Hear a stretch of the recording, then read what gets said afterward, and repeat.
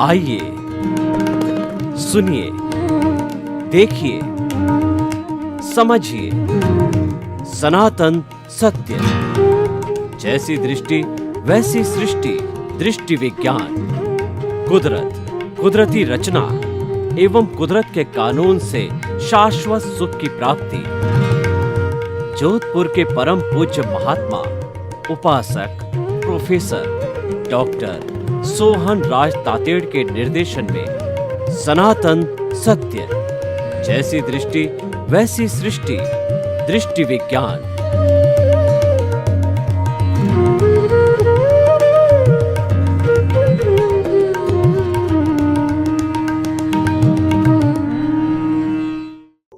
भाई और बहनों, मातृशक्ति को नमन। आज का हमारा अति उत्तम विषय सम्यक ज्ञान दर्शन चारित्र तप की व्याख्या। देखिए, ऐसा कहा गया है कि सम्यक ज्ञान दर्शन चारित्राणि मोक्ष मार्ग। मोक्ष के 3 मार्ग बताए गए हैं, जिसको ट्रिपल ज्वेल्स कहते हैं। सम्यक ज्ञान, सम्यक दर्शन, सम्यक चारित्र, और चौथा मार्ग एक और है जो कि सम्यक तप कहलाता है। हमारा कार्यक्रम सनातन सत्य कार्यक्रम है, जो कि दृष्टि विज्ञान के ऊपर आधारित है, आर्ट ऑफ द विजन के ऊपर आधारित है, भावों पर आधारित है, क्रिया पर आधारित नहीं है। इसके अनुसार जो सम्यक ज्ञान दर्शन चारित्र तप की जो व्याख्या की गई है, वो आज सांगोपांग हम आपके सामने प्रस्तुत करेंगे। सम्यक ज्ञान का अर्थ होता है अपने स्वरूप की जानकारी करना। मैं मन वचन काया से मुक्त ऐसा शुद्ध आत्मा हूँ। यह अपने स्वरूप की जानकारी है कि मैं सच्चिदानंद हूँ। सत का मतलब विनाशी, चित्त का मतलब ज्ञान दर्शन वाला, और आनंद मेरा लक्षण है। समस्त शक्तियों वाला मैं अनंत ज्ञान, अनंत दर्शन, अनंत शक्ति, अनंत सुख का धाम हूँ। मैं अजर अमर अविनाशी हूँ। मैं अजन्मा हूँ। मैं अव्याबाद हूँ। मैं टंकोत्कीर्ण हूँ। इस तरीके की जिसकी योग्यता होती है, वह मेरा स्वरूप है। ये स्वरूप की जानकारी करने को सम्यक ज्ञान कहते हैं। और सम्यक दर्शन का अर्थ ये हुआ कि इस समस्त चराचर ब्रह्मांड को चलाने वाली कुदरत है, और कुदरत के कानून के अनुसार चलती है, और जो जीवित प्राणी हैं उनके ऊपर कंट्रोल, नियंत्रण करने वाली व्यवस्थित शक्ति है, जिसको कि साइंटिफिक सर्कमस्टेंशियल एविडेंसेस कहा जाता है। यह जो है सम्यक दर्शन है, यानी इस सारे चराचर जगत को चलाने वाला, शरीर को चलाने वाला, हर प्राणी के शरीर को चलाने वाला ही ये कुदरत है। और अगर कोई मानता है कि मैं शरीर हूँ, शरीर का संचालक मैं हूँ, शरीर का संचालक मैं हूँ, यह जानने वाला मिथ्या दर्शन वाला व्यक्ति होता है। और शरीर मेरा है, शरीर से जुड़े हुए रिश्ते, नाते, संबंध, सत्ता, और अपने जो है जितने भी जो पद प्रतिष्ठा है, वो सारे वो मैं हूँ, ऐसा जानने वाला जो मिथ्या ज्ञान का अधिकारी होता है। सम्यक ज्ञान, सम्यक दर्शन। एक होता है सम्यक तप। सम्यक तप किसे कहते हैं, उसके लिए पहले हमें कुदरत, कुदरती रचना और कुदरत के कानून को समझना पड़ेगा। हमारे इस दृष्टि विज्ञान के अनुसार, सनातन सत्य के अनुसार जो है, वो कुदरत की जो परिभाषा है वह है कि जो 6 सनातन द्रव्य है, कौन कौन से? चेतन, अचेतन, और जो है मोशन, रेस्ट, टाइम और स्पेस।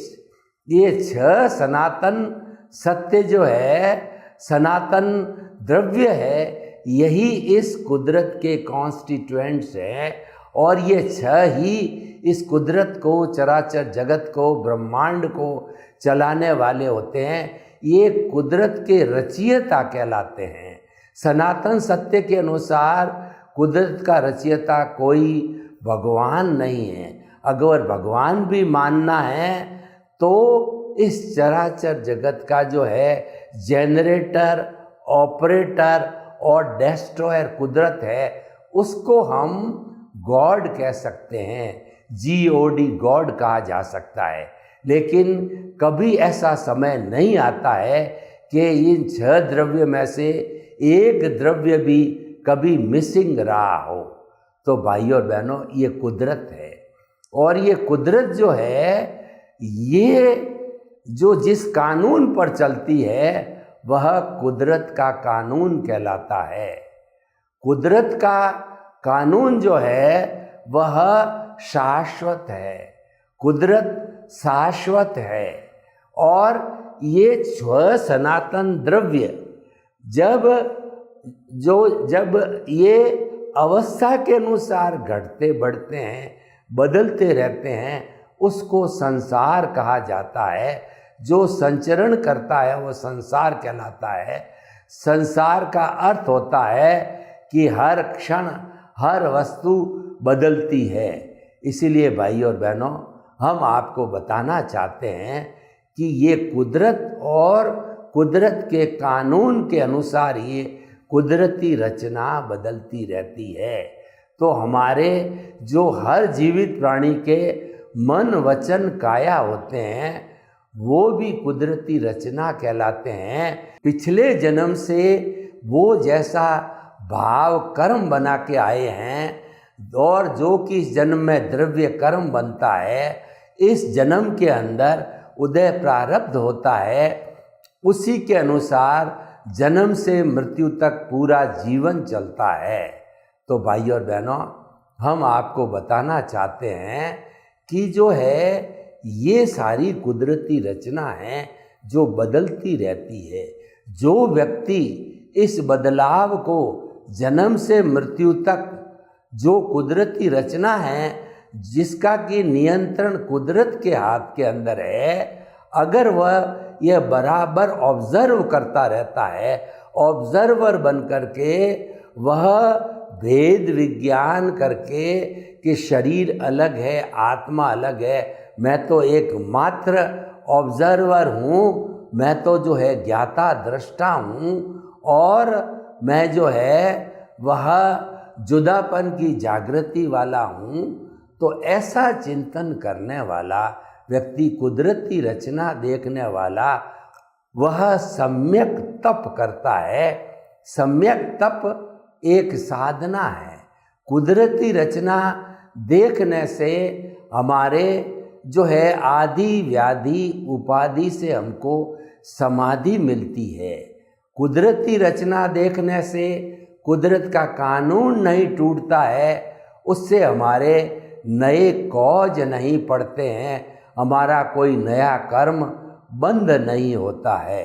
कुदरती रचना देखने से हमारे मिथ्या ज्ञान, मिथ्या दर्शन और मोहनीय कर्म रूपी जो अज्ञान है, जिसके कारण यह शरीर मिला है, यह शरीर पिछले जन्म के कर्म के भुगतान के लिए जो मिला है, वो इस शरीर के मिलने के साथ साथ में मन, वचन, काया जो है वो हमारे बहुत उसका जो अज्ञान है वह इरेज होता रहता है।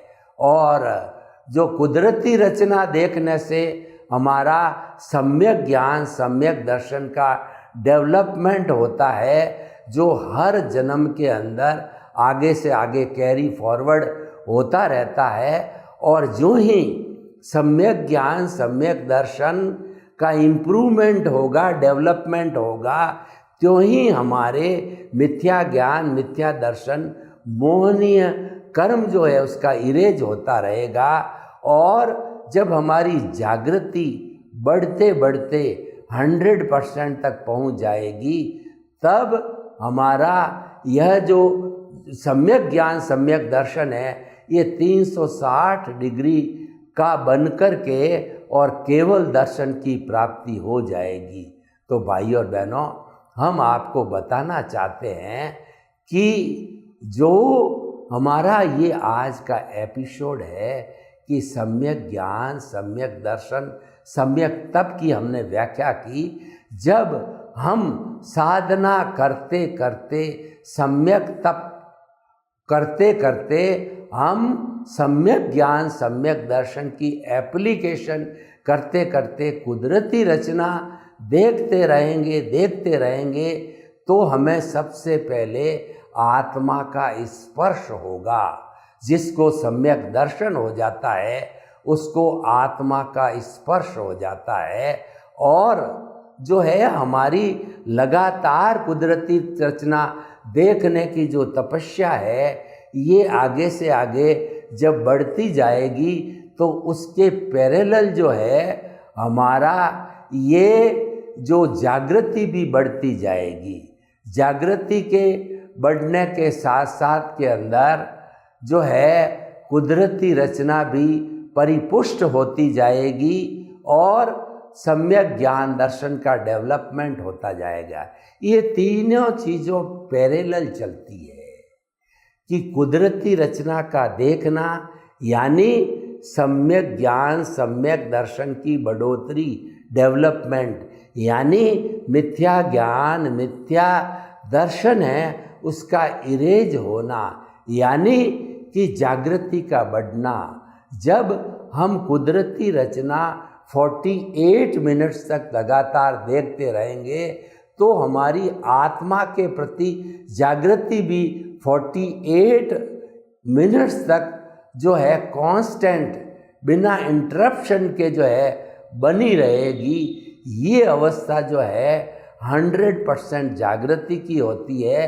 यह अवस्था 360 डिग्री के अनुभव की होती है जिसको कि केवल दर्शन कहा जाता है। और जिस जन्म में केवल दर्शन होता है उस जन्म में आत्मा का स्पष्ट वेदन होता है और अगले जन्म में उसके परिणाम स्वरूप जो है वह हमारा जो है केवल ज्ञान मिलता है, और केवल ज्ञान के द्वारा जो है वो हमारे को सिद्ध बुद्ध और मुक्त होने में हमें अपने शाश्वत स्वरूप को प्राप्त करने में सहायता मिलती है।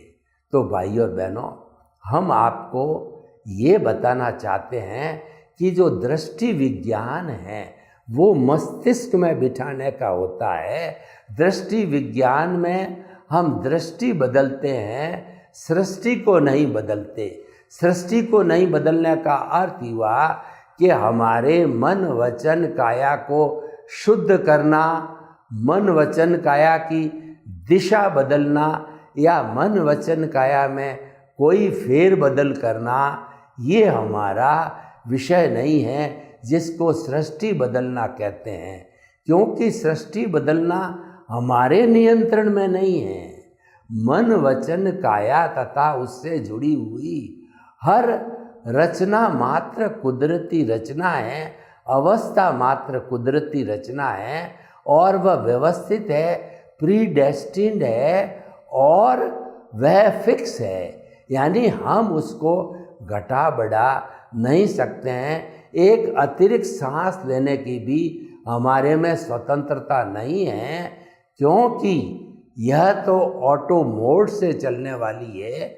ये हमारे पिछले जन्म का जैसा भाव मन इस जन्म में द्रव्य मन बना है, उसी के अनुरूप उदय प्रारब्ध के अनुसार ऑटो मोड से चलती है।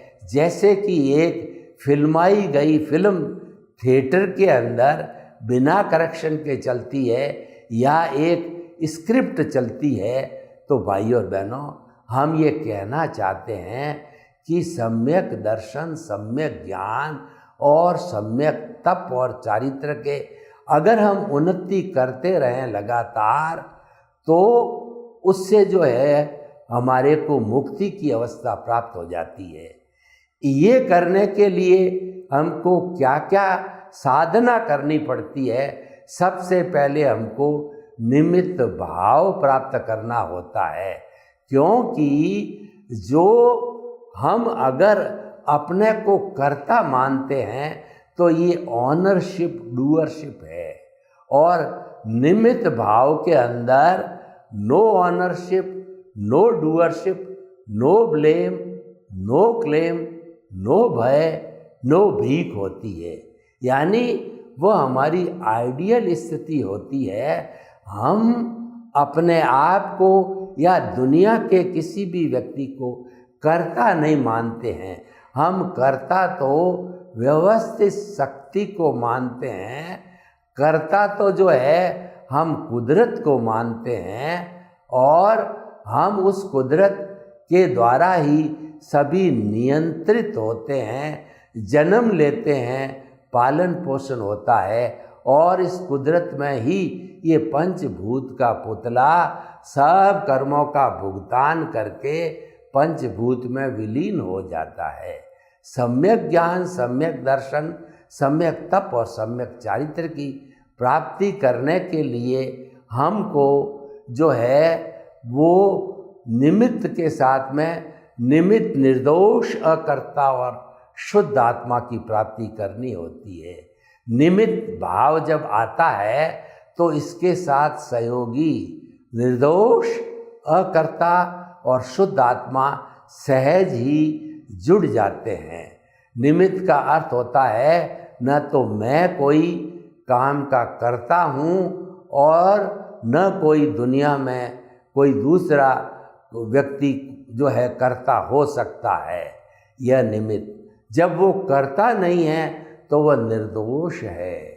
हमारे अनुसार ये पूरी सृष्टि निर्दोष है, किसी का कोई दोष होता ही नहीं है, क्योंकि जो व्यक्ति हमारे सामने आता है वह कुदरत के द्वारा भेजा जाता है, वह कुदरत के आदेश का पालन करता है, और वो हमारा हिसाब क्लियर करने के लिए निमित्त रूप के अंदर वह आता है। यानी वह भी निमित्त भाव से आता है और हम भी निमित्त हैं। तो ये निमित्त भाव ऐसा है जो कि मुक्ति के मार्ग की ओर ले जाने वाला है। ऐसा व्यक्ति जो हमारा हिसाब क्लियर करने आता है, जो निर्दोष है, जिसका कोई दोष नहीं है, उसको हमें कृतज्ञता ज्ञापित करनी चाहिए कि तुम्हारा बहुत बहुत धन्यवाद है, तुम मुझे एनओसी देने के लिए आए हो, तुम मेरा कर्जा मिटाने आए हो, तुम मुझे मुक्ति की ओर भेजने आए हो। क्योंकि सभी प्राणियों से जब ये एनओसी मिलेगी तभी हम सिद्ध बुद्ध और मुक्त बन सकते हैं, तभी हमारा संपूर्ण अज्ञान इरेज हो सकता है। भाई और बहनों, ये जो निमित्त निर्दोष और अकर्ता हम स्वयं को और दूसरे को मानते हैं, जब हम अकर्ता बन जाते हैं, जब हम निर्दोष बन जाते, निर्दोष दृष्टि हो जाती है, तब हम इस जगत के समस्त प्राणियों के भीतर उसी आत्मा का अनुभव करते हैं जो आप में, मेरे में और समस्त जीवित प्राणियों में एक सी है। उसको सामान्य दृष्टि कहा जाता है।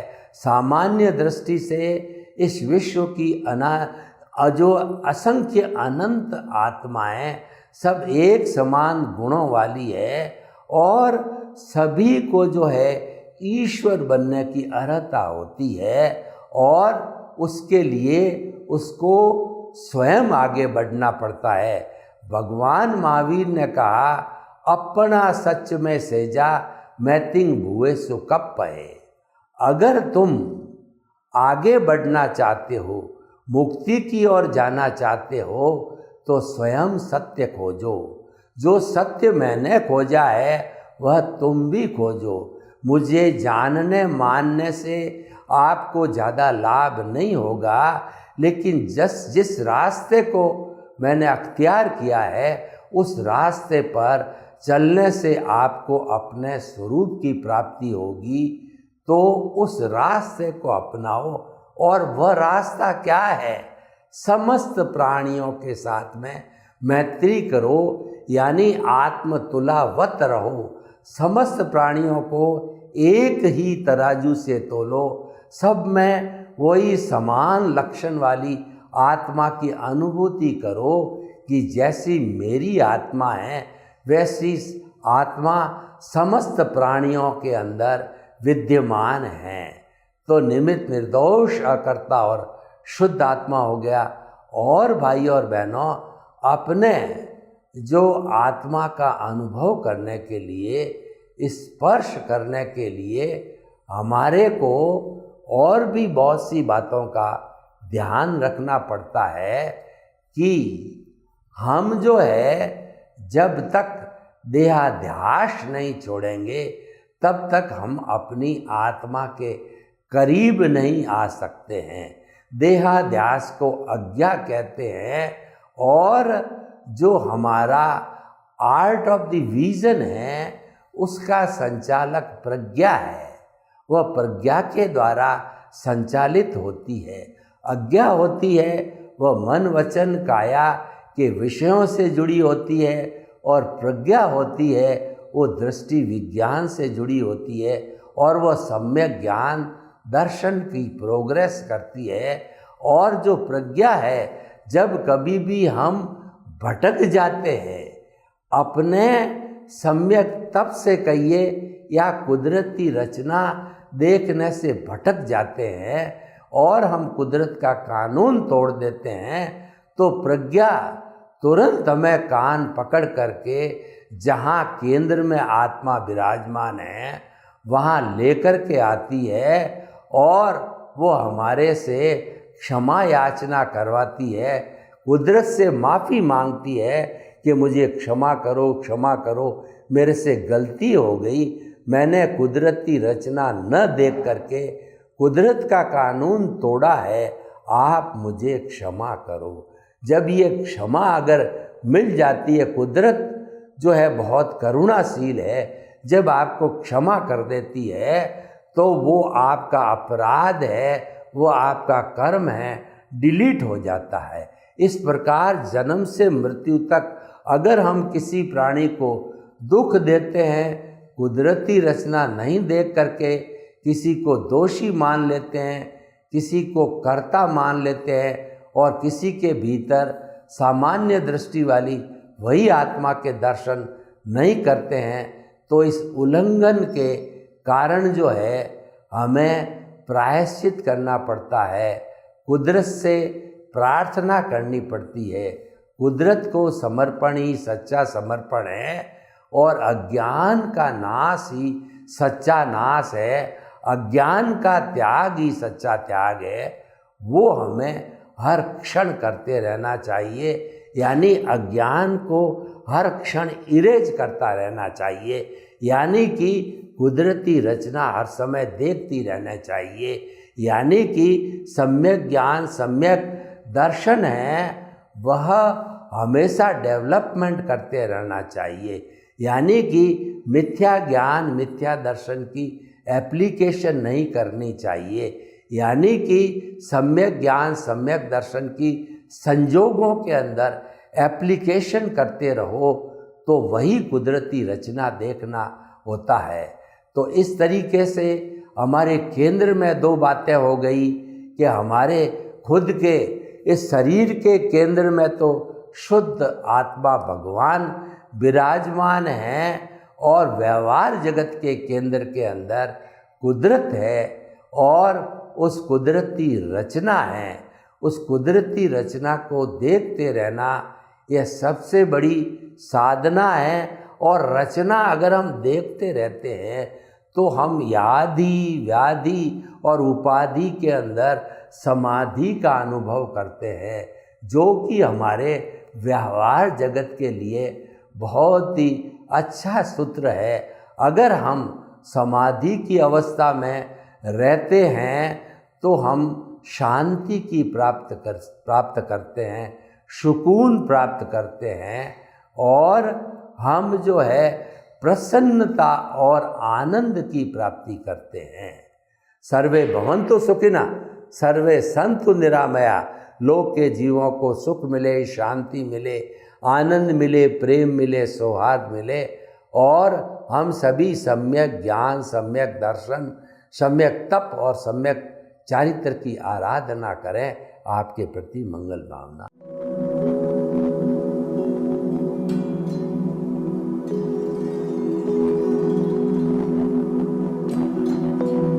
एक ऐसा अंतर्राष्ट्रीय ख्याति प्राप्त मानव जो गुरु प्रेरणा से पिछले 20 वर्षों से वानप्रस्थ जीवन जीते हुए 24 घंटे मानवता की सेवा में संलग्न है। एक ऐसा मानव जो अभी राष्ट्रीय, अंतर्राष्ट्रीय टीवी चैनलों पर 7,500 एपिसोड के माध्यम से सनातन सत्य, आत्मविज्ञान एवं पुनरुत्थान, व्यवहार एवं निश्चय जगत के जीवनोपयोगी विषयों पर हृदय स्पर्शी प्रवचन कर चुका है। उस मानव का नाम है महात्मा उपासक प्रोफेसर डॉक्टर सोहन राज तातेड़। प्रोफेसर तातेड़ द्वारा योग, दर्शन, शिक्षा विषयों पर रचित पीएचडी स्तर के 250 शोध ग्रंथ भारत के 100 प्रतिष्ठित विश्वविद्यालयों में शोधार्थी पढ़ रहे हैं तथा वे सभी शोध ग्रंथ वहां की सेंट्रल लाइब्रेरियों में उपलब्ध हैं। महात्मा सोहन राज ने अभी तक हजारों स्कूलों, कॉलेजों, विश्वविद्यालयों एवं संस्थाओं में सेमिनार, वर्कशॉप, कैंप लगाकर लाखों विद्यार्थियों को योग, दर्शन, शिक्षा का प्रशिक्षण देकर उन्हें सुसंस्कारित किया। डॉक्टर तातेड़ ने भारतीय संस्कृति उत्थान के 4000 से अधिक समसामयिक विषयों पर आर्टिकल लिखकर ऑनलाइन जर्नल, पत्रिकाओं, वेबसाइट्स पर प्रकाशित किया, जिसका उपयोग लाखों पाठक कर रहे हैं। उपासक तातेड़ के 5000 से अधिक आज का सुविचार, आज का शुभ संदेश, आज का मंगल भावना योग आदि चिंतन websites, Twitter, blogger, Facebook, YouTube माध्यमों से लाखों लोग अपना जीवन निर्माण कर रहे हैं।